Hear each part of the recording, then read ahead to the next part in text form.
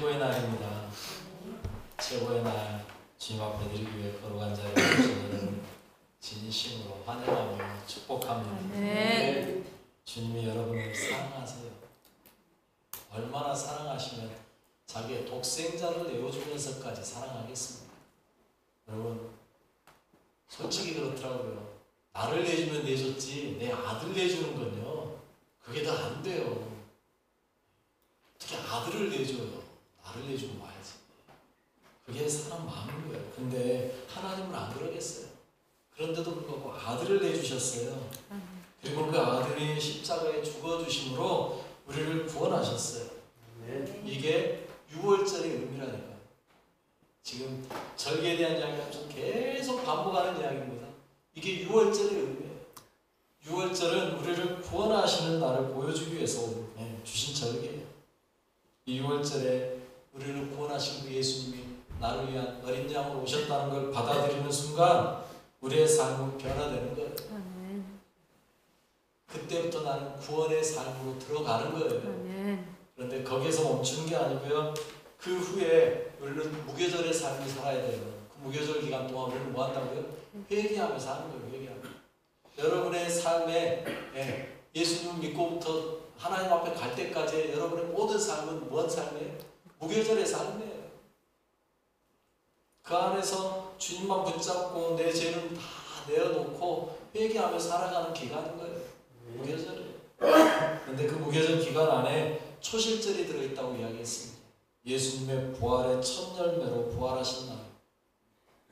여러분 우리의 인생 속에 예수님이 부활하셨다는 게 믿어지고 그걸 받아들이는 그러한 삶의 순간 그날이 초실절이죠.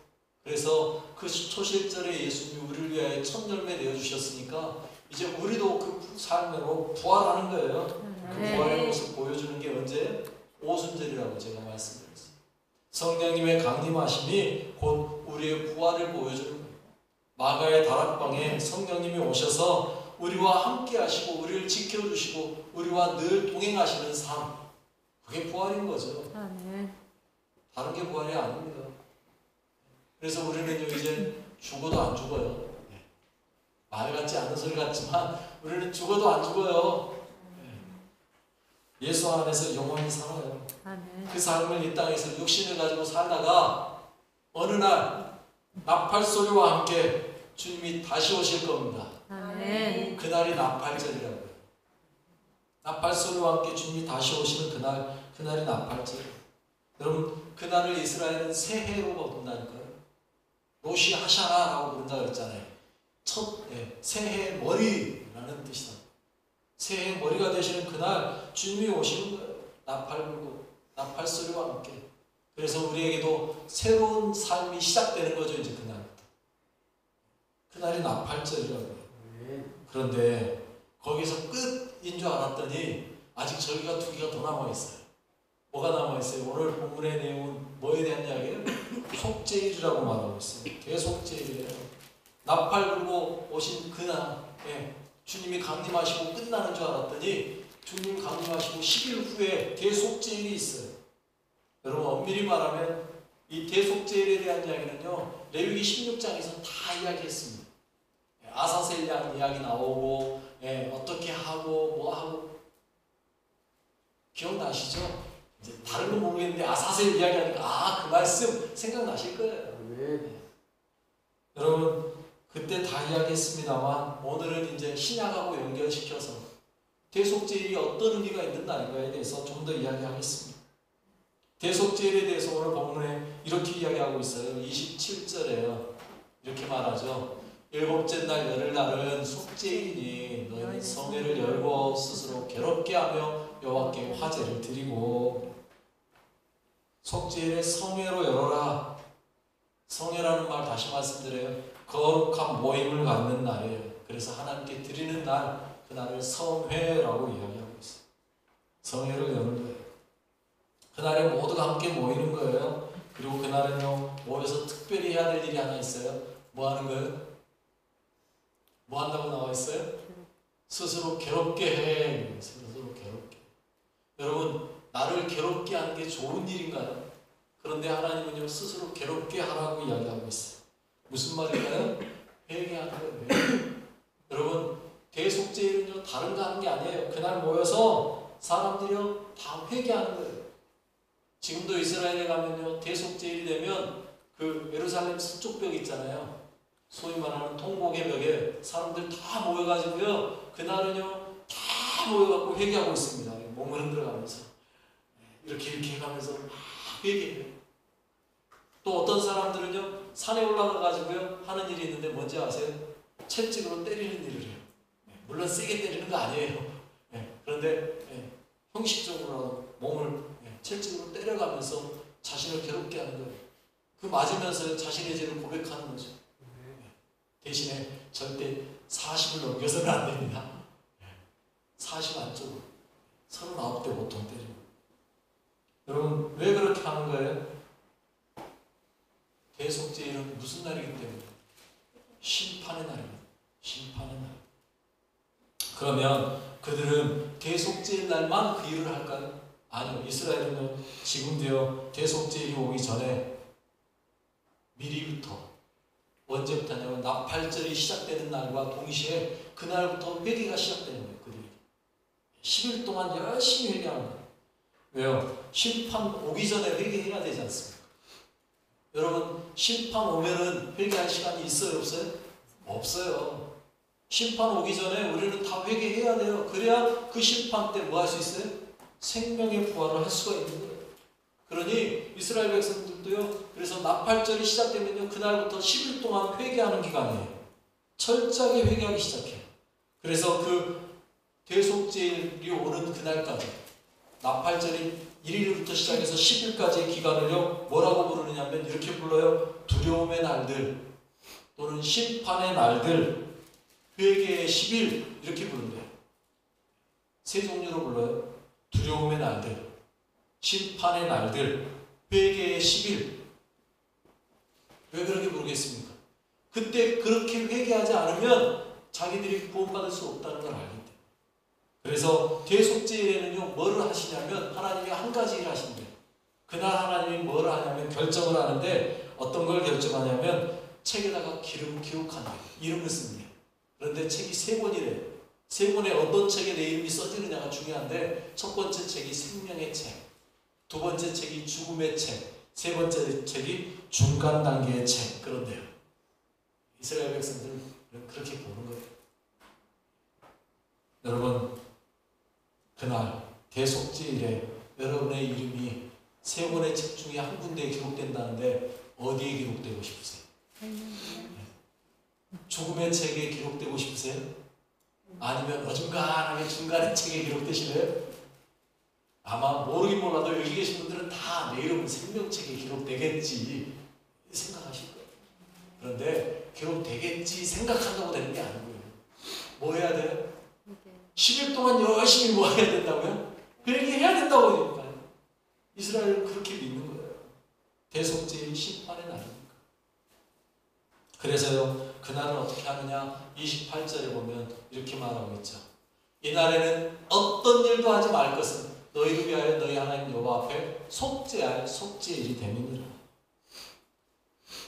여러분 속죄할 날이에요. 그날 여러분의 이름이 어디에 기록되느냐가 결정된다고 한번 생각해 보세요. 그러면 여러분 그날 일하러 가실 거예요. 오늘 내 이름이 어디에 기록되느냐가 결정돼요. 그러면 오늘 여러분 일하러 가실 거예요. 오늘 여러분의 이름이 생명책에 기록되느냐 죽음의 책에 기록되느냐 결정이 나는데 그날도 그러든지 말든지 나는 내일 하란다 하고 일하러 가실 거냐고요. 아무도 그럴 사람 없을걸요. 여러분 얼마 전에 수능 봤습니다. 이제 며칠 얼마 후면 발표할 거예요. 발표 날이 되면 수험생들 시험 봤던 애들 그날 뭐 할까요? 다 놀러 갈까요? 아니요. 컴퓨터 앞에 앉아 있습니다. 그리고 뭐 할까요? 발표되는 순간 탁 들어가가지고 내 이름이 있냐 없냐 보겠죠. 물론 아주 두 종류로 나눠질 겁니다. 아주 자신만만한 애들은 그날도 놀 것이고 또 아예 포기한 애들도 그날 올 것이고 그러겠죠. 그런데 웬만한 사람이면 다 그날은 아무것도 못하고 발표되기만을 기다리겠고, 여러분 하나님 앞에 다른 것도 아니고요, 심판입니다. 오늘 내가 죽느냐 사느냐가 결정되는 날입니다. 그날 일한다고요? 일이 손에 잡히긴 하겠습니까? 어림도 없죠. 죽느냐 사느냐가 결정되는 그날, 뭔 일을 한다고 일하러 가겠어요? 그런데도 불구하고 하나님은요, 이날에는 어떤 일도 하지 마. 심지어는요, 뭐라고까지 말하는 줄 아세요? 29절에 이렇게까지 이야기하고 계시죠. 같이 읽어봅시다. 이거는 이날에 스스로 괴롭게 하지 아니하는 자는 그 백성 중에서 끊어질 것이다. 여러분 무슨 말이에요? 스스로 괴롭게 하지 않는 자, 이 말을 바꿔 말하면 회개하지 않는 자, 자신의 죄를 뉘우치지 않는 자, 돌이키지 않는 자, 그 사람은 어떻게 된다고요? 끊어질 것이다. 자신이 어떤 사람인지를 잘 돌아보셔야 된다는 거예요. 내 안에 죄가 이만큼만 남아있어도, 우리 어렸을 때 표현대로 눈곱만큼만 남아있어도, 여러분의 죄가 눈곱만큼만 남아있어도 그 사람은 어떻게 되는 거예요? 끊어지는 거예요. 그러니 그날만큼은 철저히 뭐하는 거예요? 회개하라는 거예요. 여러분 이스라엘 백성들이 나팔절이 오면서부터 그날부터 1일부터 10일까지 철저하게 온전히 회개하는 기간으로 삼고 회개하는 거예요. 그래서 그날을 뭐라고 부른다고요? 두려움의 날들, 심판의 날들, 회개의 10일이라고 외쳐가면서 그들은요 그 10일 동안, 왜? 계속죄를 하루 만에 자기의 죄를 다 고백하고 회개받을 수 없으니까 미리 10일 정도는 해야 된다 생각하고 하는 거예요. 여러분 우리도 마찬가지 아니겠습니까? 여러분의 죄가 다 기억이나 나십니까? 어제 지은 죄 기억이나 나십니까? 여러분 그러니 우리는 어떻게 해야 돼요? 죄를 짓는 순간, 그 자리에서 깨닫는 순간 뭐 하는 거예요? 바로 회개해야 되는 거예요. 회개를 왜 미룹니까? 내일 해도 돼. 아유 회개고 다음 해도 돼. 아이고 한꺼번에 몽땅 들여서 그냥 한 번 하나 끝내지 뭐. 안 된다니까요. 안 돼요. 철저하게 온전하게 나의 모든 죄를 하나님 앞에 낱낱이 고백하기 전에는 내 죄가 사함받을 수가 없어요. 그런데 우리는 적당히 대충 그냥 하나님 죄송합니다, 잘못했습니다 하면 끝나는 줄 알아요. 여러분 그게 회개가 아니에요. 여러분의 이름이 대속죄 심판의 날에 기록이 될 거예요. 어디에 기록되느냐에 따라서 여러분의 삶이 달라지는 거예요. 네. 사느냐 죽느냐가 그날 결정되는 거예요. 네. 대충 할 수가 없는 날이라고요. 적당히 할 수 있는 날이 아니라고요. 철저하게 여러분의 모든 죄악을 낱낱이 고백해서 깨끗하게 씻음 받으셔야 됩니다. 그런데 여러분 다시 한번 생각해 보세요. 나팔절은 어떤 날이라고 그랬어요? 주님이 다시 오시는 날이에요. 그런데 대속죄일은 그 다음에 10일 후에 있어요. 그런데 그 대속죄일에 회개해야 된다? 여러분 재림하면 이미 결정난 거 아닌가요? 여러분 그렇게 생각하지 않습니까? 재림하시면 이미 끝난 거 아닌가요? 재림해버리면 우리가 그 다음에 회개할 수 있는 방법이 있을까요? 그런데 왜 하나님은 10일간의 기간을 두시면서 회개의 시간을 남겨놓으셨을까요? 계시록에 보면요, 여러분 하나님의 예수님의 재림과 심판은요 간격이 있음을 볼 수 있어요. 예수님 재림하고 그 자리에서 그냥 재림하자마자 그 자리에서 꽝꽝꽝 두드려가지고 심판하시는 게 아니라고 나와요. 성경을 한번 볼게요. 계시록 20장 6절에 보면요 이런 말씀이 나옵니다. 같이 읽어볼까요? 이 첫째와 죄송합니다. 맞구나. 읽어봅시다. 시작. 이 첫째 부활에 참여하는 자들은 복이 있고 거룩하도다. 둘째 사망이 그들을 다스리는 권세가 없고 도리어 그들이 하나님과 그리스도의 제사장이 되어 1000년 동안 그리스도와 더불어 왕노릇하리라. 첫째 부활에 참여한 자는 복이 있다. 이 첫째 부활은 언제예요? 예수님이 재림하실 때 주님 앞에 나오는 사람들이에요. 제가 그 말씀 드렸죠. 나팔을 불면 하나님이 우리를 뭐 한다고요? 불러 모으실 거라고 이야기했잖아요. 그 불러 모으는 자리에 참여하는 자들이 첫째 부활에 참여하는 거예요. 그 사람들은 둘째 상황에 들어가지 않아요. 이미 회개가 끝난 사람들이에요. 그 사람들은 1000년 동안 그리스도로 왕노릇해요. 그런데 이 1000년 동안 왕노릇하고 끝이냐? 그러면 우리 모든 사람들이 다 구원받았으니까 끝나냐? 아니요. 성경에 보면 그 다음 절에 7절에 이상한 말이 나와요. 우리가 볼 때는 어떤 말일까요? 볼까요? 7절 이렇게 이야기하고 있어요. 1000년이 참에 사탄이 그 옥에서 노려요. 뭐야? 이미 예수님 재림해서 사탄은 옥에 갇혀서 끝난 거 아니야? 그랬더니 1000년이 지나면 사탄이 옥에서 다시 나와요. 무슨 말이에요? 여러분 어찌 보면요 오늘 본문의 그 10일간의 시간이 계시록의 천년왕국 시간일 수 있어요.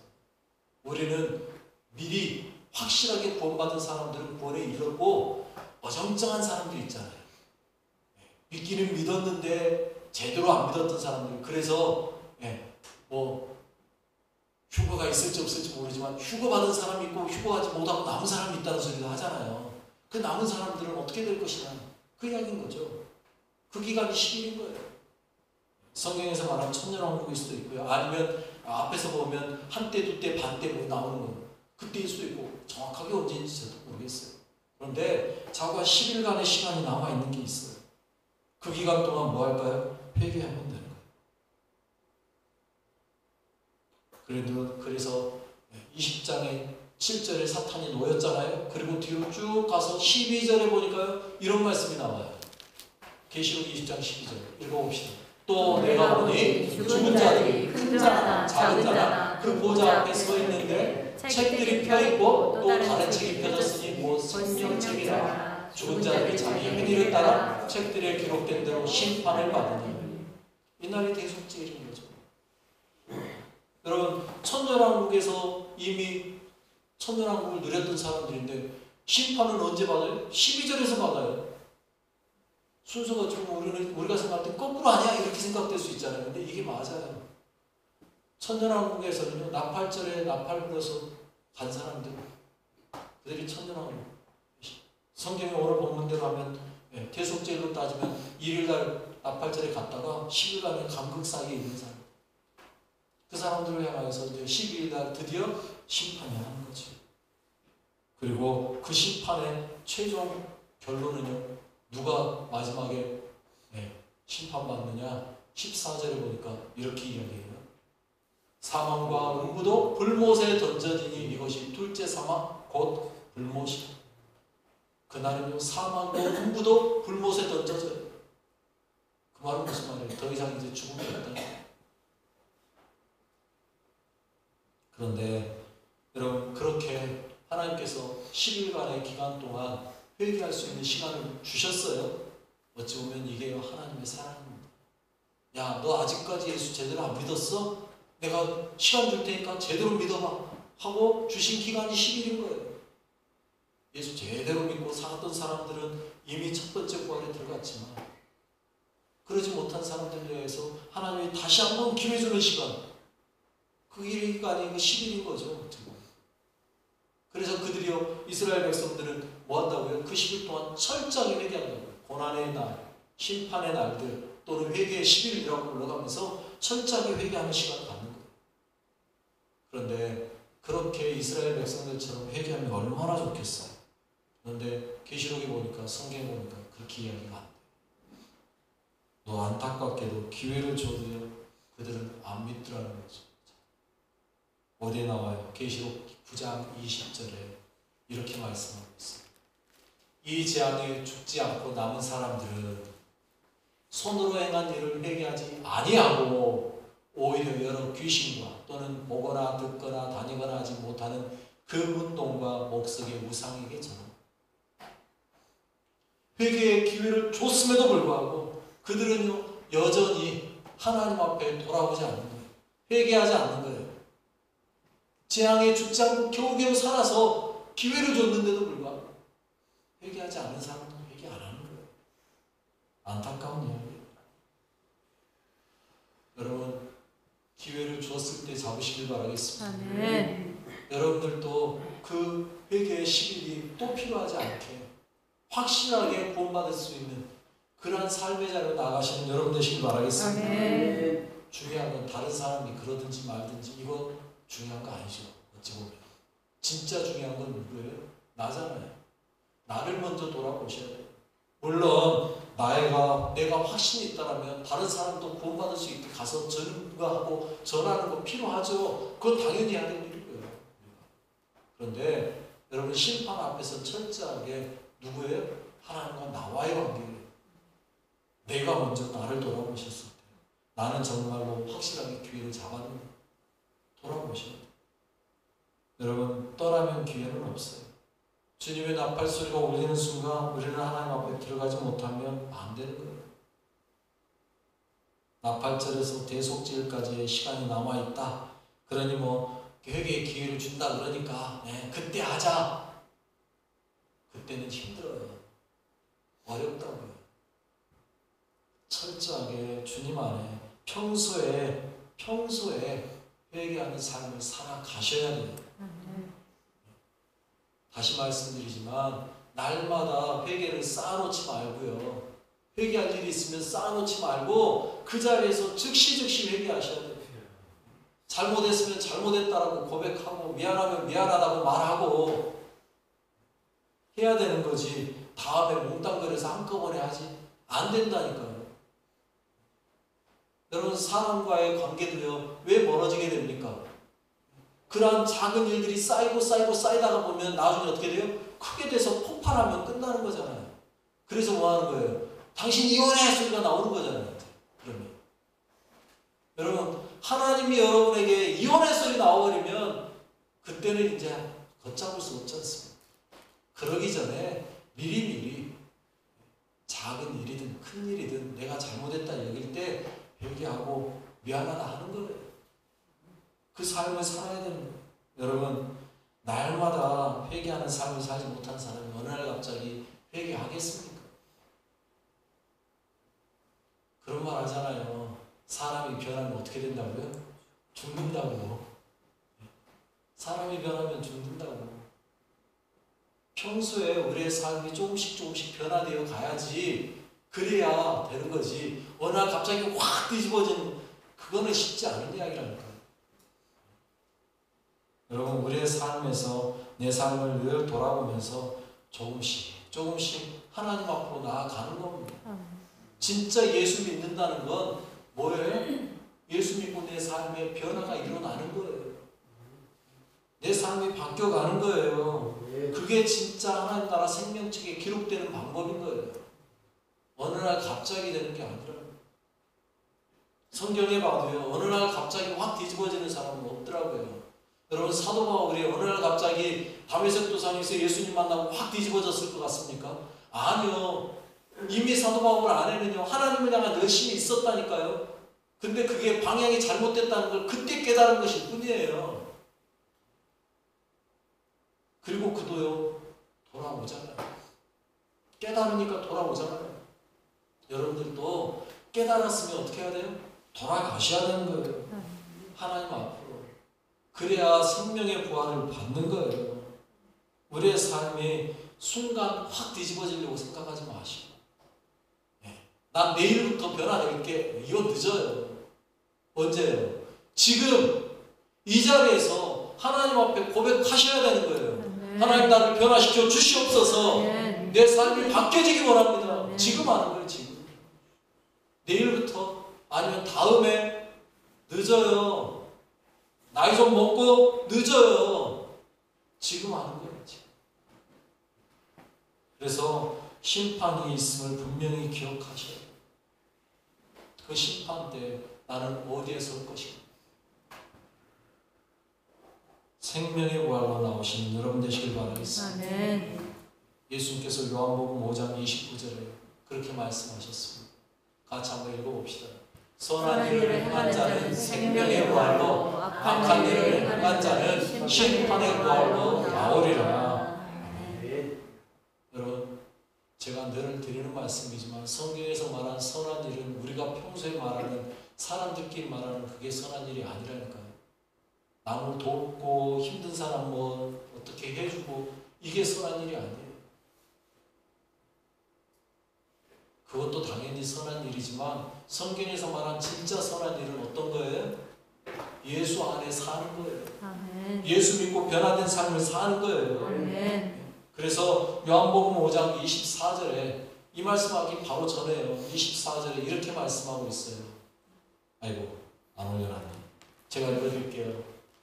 5장 24절에 내가 진실로 진실로 너에게 이르노니 내 말을 듣고 또 나 보내신 이를 믿는 자는 영생을 얻었고 심판에 이르지 아니하나니 사망에서 생명으로 옮겼느니라. 아멘. 여러분 대속죄일에 심판이 있음을 기억하십시오. 그래서 사망에서 생명으로 옮겨가려면 어떻게 해야 된다고요? 선한 일을 하셔야 된다. 그런데 성경에서 말한 선한 일은 다른 게 아니라니까요. 뭐라고요? 예수 그리스도, 즉 나 보내신 이를 믿는 자, 그분이 영생에 들어가는 거예요. 예수님을 믿는 자, 그가 영생으로 들어가는 거예요. 그게 선한 일이에요. 그래서 제가 늘 말씀드리잖아요. 아버지를 아버지라 불러줄 수 있어야 그 사람이 진짜 자녀죠. 아버지 보고 아저씨라 그러면 되냐고요. 하나님이 여러분의 누구라고요? 아버지라고요. 아저씨라고 부르지 말라니까요. 하나님을 아버지라고 확실하게 부를 수 있어야 됩니다.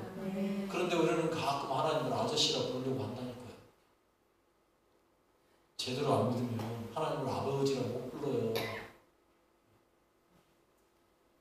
여러분의 믿음이 분명하게 하나님의 아버지이심을 믿고 믿음 안에서 하십시오.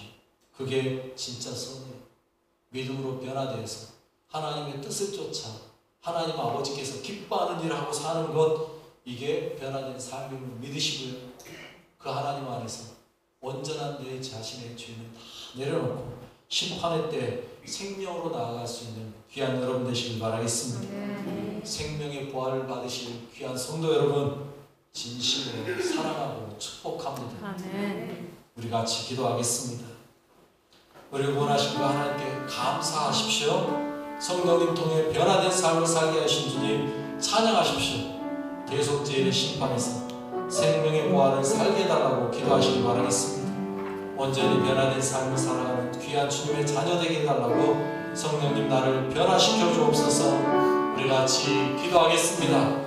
하나님 아버지 감사합니다. 우리를 사랑하시고 하시며 감사합니다. 주님 그렇습니다. 우리는 주님 안에서 온전히 변화된 삶을 살기 원합니다. 주님, 내가 주님을 하나님을 나의 아버지라고 온전히 부르며 감사하며 살기 원합니다. 주여 나를 붙잡아 주시옵시고 주여 나를 인도하여 주시옵시고 아버지 변화된 삶으로 주님 안에서 온전히 회개하며 나 자신을 돌아보며 주님의 뜻을 쫓아 살지 못했을 때 주님 앞에 나와 통곡하며 회개하며 자복하는 삶이 되게 하여 주시옵시고 주님 원하시는 대로 오늘 하루 기쁘게 살아노라고 자랑할 수 있는 우리가 되게 하여 주옵소서.